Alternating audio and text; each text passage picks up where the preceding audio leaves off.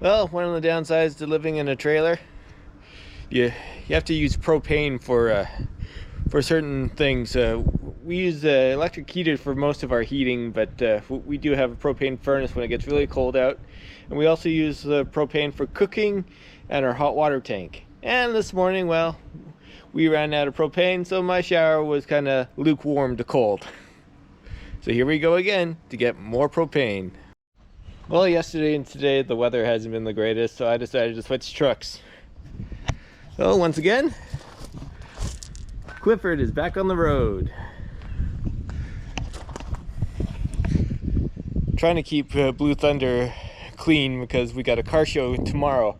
The one tomorrow is at the Poppy High School. So there'll be a video coming for that one. What a difference in a ride though. This truck rides a lot smoother than Blue Thunder.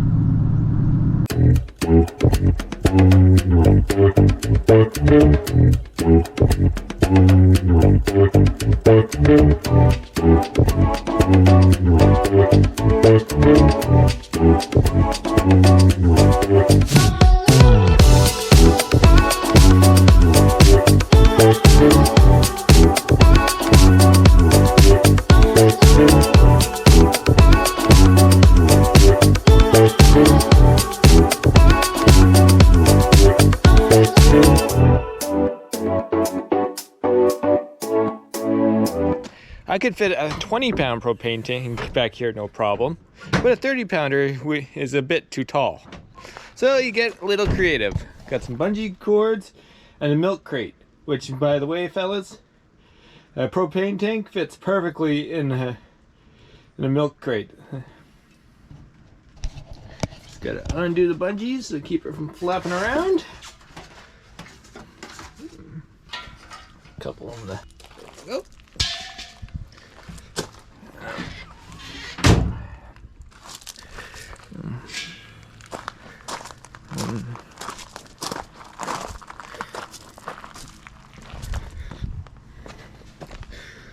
There we go. And we put the propane tank there for now, because I actually have 3 propane tanks. So when I say I'm out of propane, typically I'm not actually out of propane. So you got 2 there hooked up, ready to go. But I just like to have it everything filled up just in case, because I've had it in the past where sometimes the gas stations will be out of propane or it'd be high in demand and it'd be hard to come across. The place I go to seems to be the cheapest most times. Their price seems to fluctuate a little bit, but even at the most expensive, I think I still get a better deal there than I have at other places in the past. Well, the wife gave me good news. We're going out for dinner tonight. Where are we going? We're going to the bistro. All right. Favorite place in the world. We going to the bistro, guys? Can I come? No, sorry, Katie. This is not for doggos. Aww.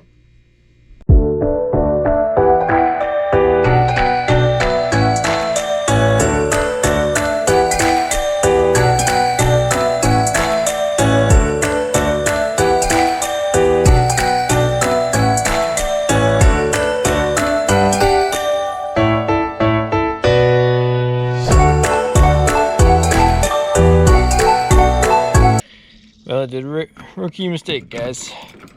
The wife was gonna go to the restaurant, and I didn't take another battery for the GoPro, so it died on the way to the restaurant.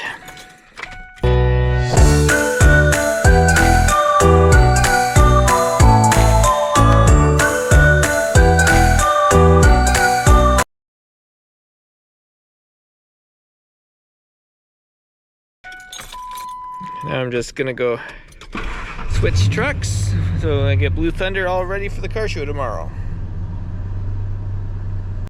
It's hard to believe I've had this truck for 13 years already. It's been a good truck for me. Anytime I park any of my vehicles for a period of time, I put the battery tender on it just to keep the batteries up to charge and keep things going.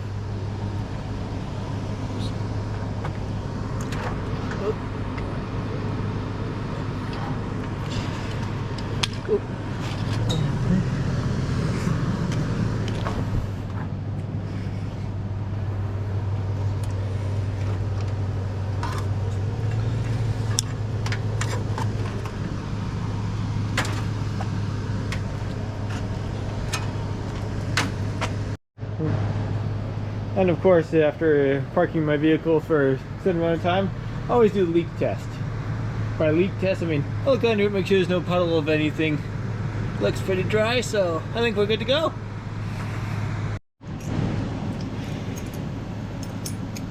Got the keys.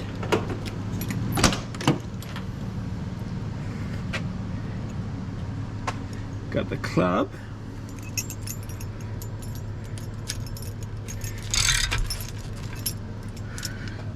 Let's see.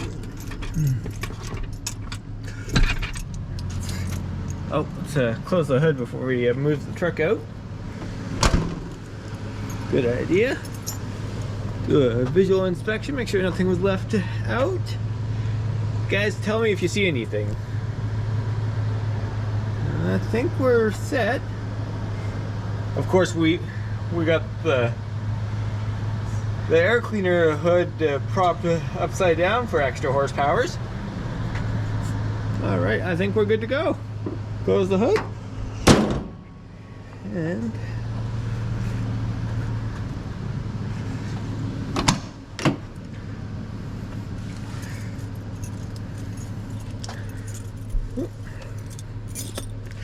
find the keys. Okay. Now let's do cold start. It hasn't run in a couple of days. So give her a prime for a good time. The magic number. And just like that, she starts.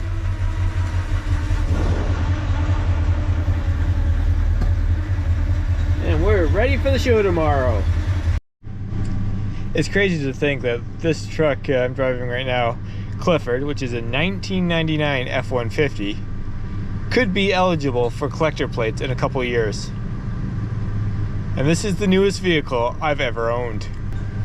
Unfortunately for me, because of such modifications as the double din stereo and the header exhaust, I am not eligible for collector plates. But that's a sacrifice we make when we modify our vehicles. And there we go. We got the battery tender hooked up to Clifford, and she's ready for another nap. Here's a quick peek under the hood. Nothing special. The 4.6 liter V8 engine. Got a K&N cold air that I put in. Just about every vehicle I've ever owned. Two upgrades I always do are exhaust and a cold air intake. I mean, the gains are minimal, but makes the vehicle a little more fun to drive. Get the hood kind of closed there.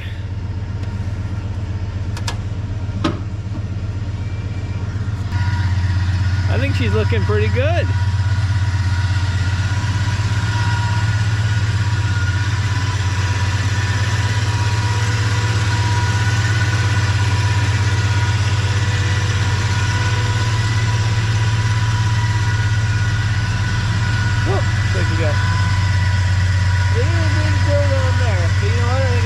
Grab a cloth with some cleaner on it and wipe her down and call it good enough. Tailgate definitely looks a little bit dirtier, but that's road grime and unavoidable. With tomorrow's rain, I don't think I'm gonna bother. Just giving her a whole complete clean down. Oops. Just give you an idea how bumpy the road can be driving a Blue Thunder. I realize this has got the heavy duty suspension, so it's designed for heavy loads, and I usually drive this truck with nothing in the back of it, so that's definitely reason why it's bumpy. Just driving Clifford around, I realize how much smoother that suspension is than what I've got in this.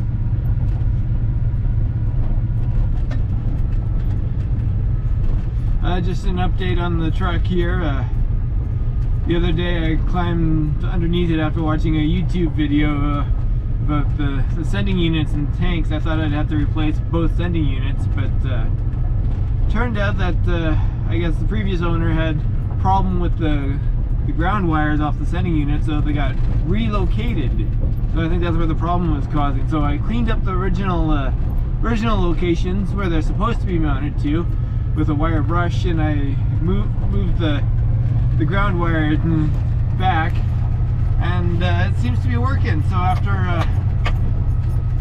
after swallowing about 40 pounds worth of dirt and about 30 pounds of rust, I got working gas gauge again. So that's good.